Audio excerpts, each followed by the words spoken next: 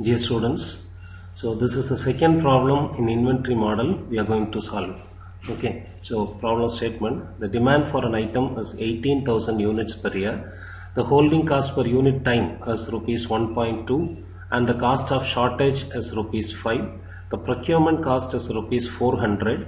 Assuming that replenishment rate is instantaneous, determine the optimal order quantity, time period between two consecutive orders, and optimal number of orders per year. So there is no data about the manufacturing cost of the product and there is the data for shortage cost.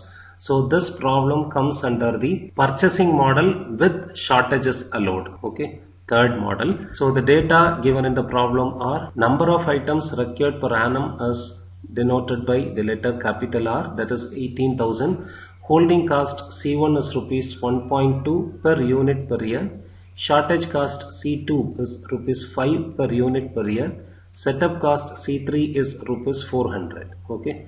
So it is asked to find out the economic order quantity EOQ, that is Q star, then optimal time period between placing two consecutive orders T star, and third subdivision N star, that is optimal number of orders per year to be placed. So this problem comes under the third model, that is purchasing model with shortages allowed. So the corresponding EOQ formula is root of C1 plus C2 by C2 into root of 2C3 R by C1. So by substituting all the known values, we can get the EOQ value as 3858 units per order. Then to calculate the time period between placing two consecutive orders T star, we can use this relationship, that is Q star by R.